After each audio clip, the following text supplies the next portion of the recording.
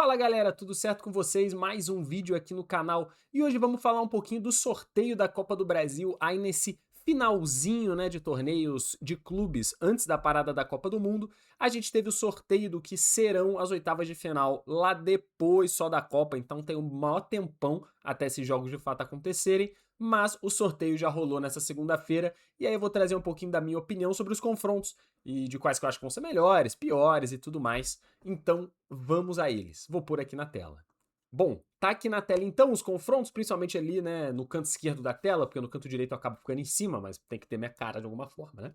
Então vamos lá. Começando no que talvez seja o jogo mais interessante, mas eu acho que o Inter e Corinthians também é um jogo muito interessante, que é o Vasco e Fluminense. O único clássico de fato, né, dessas oitavas de final. Existia a possibilidade de ter mais clássicos, né? Por exemplo, ter um Corinthians e Palmeiras, acabou não rolando. Dito isso, Vasco e Fluminense eu acho que vão ser dois jogos muito interessantes. Existem algumas questões aqui, né, além de obviamente ser um clássico, como por exemplo de onde vai ser jogado esse jogo com o mando do Vasco. Existe uma tendência de serem jogados sempre no Maracanã, porque a Polícia Militar do Rio não libera clássicos em São Januário. Mas certamente o Vasco vai lutar para jogar esse jogo na sua casa, se não no Maracanã, e aí tem uns conflitos de lado do Maracanã, porque os dois jogam no mesmo lado, né? Porque o Flamengo normalmente está na norte, e aí na sul é o Fluminense e o Vasco. E aí quando é Fluminense contra o Vasco, fica complicado, porque aí cada um quer ficar na sul, enfim. Tem um monte de perrengue que envolve os dois, e ultimamente esse confronto vem sendo uma rivalidade muito forte, né? Talvez, é difícil avaliar isso, né? Mas talvez uma rivalidade que atualmente seja uma das mais fortes do Rio de Janeiro, né? Porque Botafogo e Flamengo tem uma rivalidade histórica, mas eu não acho que esteja assim muito inflamada no momento. Flamengo e Vasco é a mesma coisa, Fluminense e Vasco, Fluminense e Flamengo também, mas o Fla-Flu não tem uma rivalidade tão grande hoje em dia, os times são muito parceiros. E Flamengo e Vasco existe uma rivalidade grande, mas uma disparidade muito grande entre os times nos últimos anos. Então tem, pô, vários anos que o Vasco não ganha do Flamengo, enfim, isso distancia um pouco esse confronto.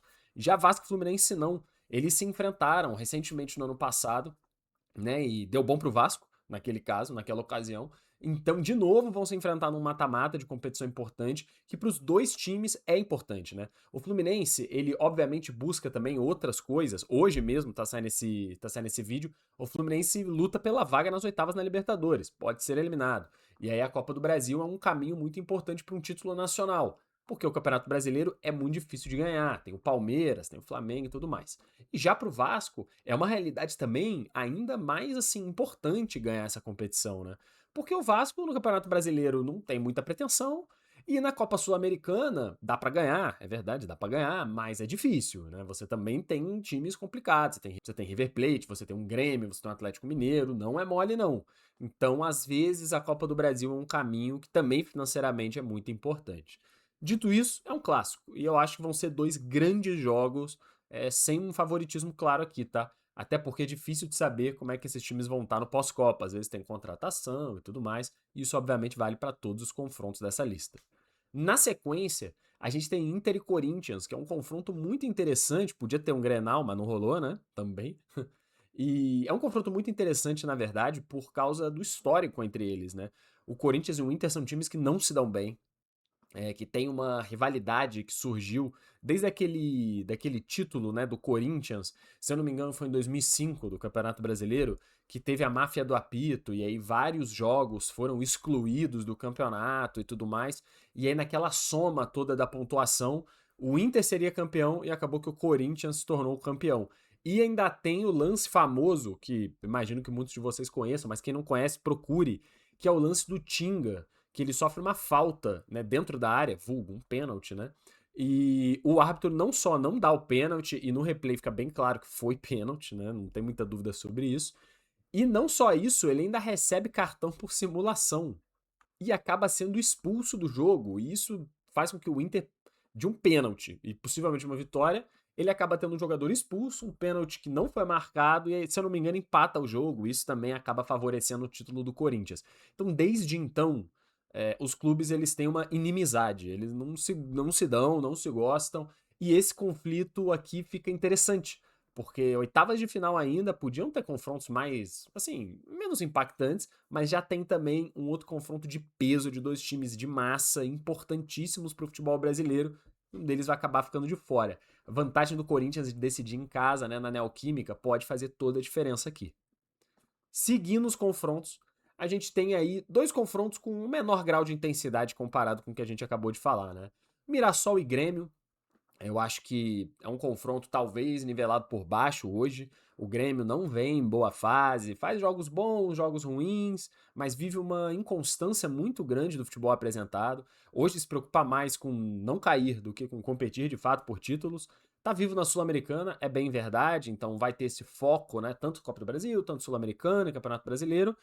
E o Mirassol tem uma situação muito parecida nesse sentido, né? É um time que fez um grande ano passado, um ano passado muito surpreendente, até pelo time que é, né? O Mirassol é um time muito pequeno, comparando com absolutamente todos os outros que estão nessa lista. Mas dito isso, fez um ano passado brilhante e por isso esse ano compete na Libertadores. O que, na minha opinião, deu uma descompassada no ano do Mirassol, né? Então, o Campeonato Brasileiro, o Mirassol ainda tá na zona de rebaixamento. Eu não sei se nesse vai cair, não, tá? Eu acho que vai rolar uma reação. Porém, tem que ter uma atenção muito grande com o Brasileirão nesse momento. E na Libertadores, o Mirassol se classificou. Acabou perdendo a última partida para o Lanús, né? E se classificou em segundo no grupo, o que pode resultar em uma oitava de final mais complexa. Porém, é um sonho do clube, né? Tá vivo, cara. Você foi para o mata-mata e tem que lutar. Talvez o Mirassol não priorize a Copa do Brasil, eu não sei. Eu não consigo entender muito bem qual que é a prioridade do Mirassol aqui, né? É o sonho da Libertadores ou é talvez um caminho um pouco mais fácil da Copa do Brasil? O dinheiro é muito importante também para o Mirassol, ou é o foco no Brasileirão? Porque se perder o controle das coisas, pode ser que caia e põe todo o planejamento no ralo. Não sei dizer. Porém, são dois times que vão entregar o que puderem entregar nessa Copa do Brasil. E é um confronto que eu acho que também é meio nivelado hoje, tá? Óbvio que a camisa do Grêmio pesa muito mais, porém, futebol jogado é complicado hoje em dia. Na sequência, a gente tem Atlético Paranaense e Vitória, né? São dois times que talvez as pessoas não esperassem estar nas oitavas de final da Copa do Brasil. O Atlético, por estar voltando da Série B, né? E talvez não estar forte o suficiente. E o Vitória, porque, assim, também é um time de menor expressão, né? Nacionalmente, tá na Série A e tá fazendo um bom ano. E pegou o Flamengo, que era o adversário mais difícil, né? Pra se pegar na fase anterior. Só que ambos estão aí. O Vitória fez dois confrontos bons contra o Flamengo, principalmente jogo de volta. Contou a verdade com a sorte, com a incompetência do Flamengo, mas classificou. E mostrou, acima de tudo, muita resiliência, né? O Vitória se provou um time resiliente e muito difícil de ser batido. Isso está sendo provado esse ano, para falar a verdade.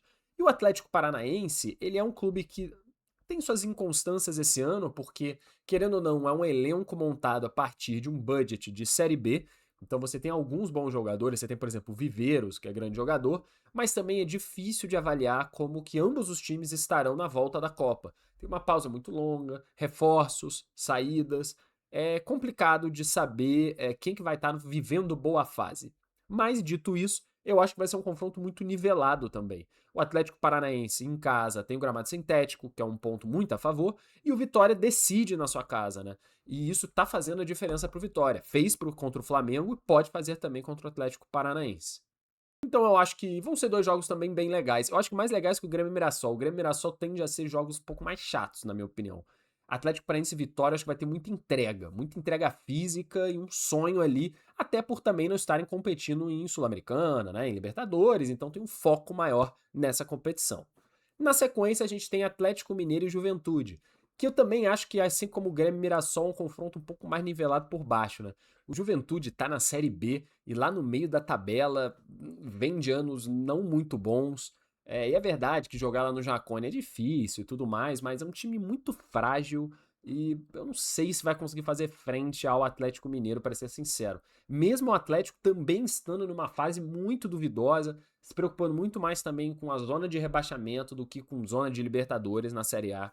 Então eu acho que vão ser confrontos também nivelados por baixo, né? Não consigo enxergar bons jogos vindos daqui.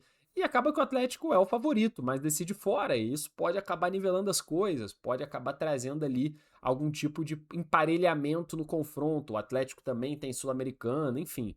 Então talvez não leve tão a sério, não sei, leve um time misto, isso nivele os fatores, pode acontecer. Então, assim como foi Juventude de São Paulo, né, por exemplo. Então, não sei, mas eu não espero muito desse confronto, para ser sincero. E aí, para fechar os confrontos, a gente tem Santos e Remo, Chapecoense e Cruzeiro e Palmeiras e Fortaleza. Eu primeiro vou falar do Palmeiras e Fortaleza e do Cruzeiro e Chapecoense, deixar o Santos e Remo pro final, porque eu acho que é o jogo mais interessante desses, né? Cara, Palmeiras e Fortaleza e Cruzeiro e Chapecoense, pra mim, são muito parecidos no sentido de que existe um time muito mais forte do que o outro e uma chance pequena da Chape e do Fortaleza conseguirem alguma coisa, né? Eu acho que principalmente Cruzeiro e Chapecoense é um confronto muito unilateral. O Cruzeiro ainda decide em casa, então talvez nem leve tão a sério esse confronto contra a Chape, leve um time misto e isso seja mais do que o suficiente. A Chapecoense virtualmente já caiu no Campeonato Brasileiro e vai tentar alguma coisa, mas só de já ter chegado nas oitavas, na minha opinião, já é muito grande para a Chape esse ano, né? Então já ganhou uma grana maneira e meio que deu o que tinha que dar. Para mim, Cruzeiro vai ganhar sem nenhuma dificuldade aqui, mesmo, talvez, né, porque ainda tem que se classificar na Liberta, mesmo, muito provavelmente, dividindo as suas atenções com a Libertadores também. Já o caso do Palmeiras contra o Fortaleza, eu acho meio parecido, sabe? O Palmeiras também ainda não está garantido nas oitavas, no momento que eu estou gravando esse vídeo, mas deve se garantir sem tanta dificuldade assim na última rodada. E vai estar, beleza, dividindo a atenção, disputa pela liderança com o Flamengo ali, tem que ganhar virtualmente todos os jogos. Então existe um grau ali de dificuldade extra, né, que você pode dizer do Palmeiras. Só que é um time muito, muito forte. E o Fortaleza, atualmente, não tá assim, tudo isso também, né?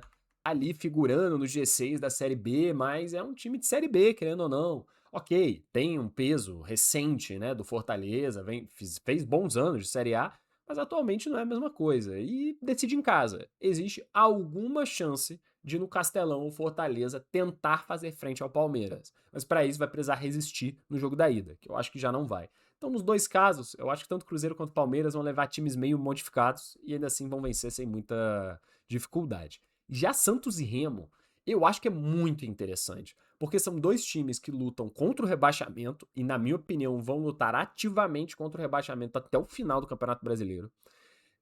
O Santos tem o fator Neymar, que a gente tem uma Copa do Mundo no meio do caminho, e não se sabe, primeiro, o Brasil será ou não campeão, o Neymar vai ficar saudável ou não, o que ele vai decidir fazer da carreira dele no segundo semestre, qual vai ser a motivação. E isso muda muito para o Santos, porque o Neymar é peça central para que o Santos consiga funcionar melhor.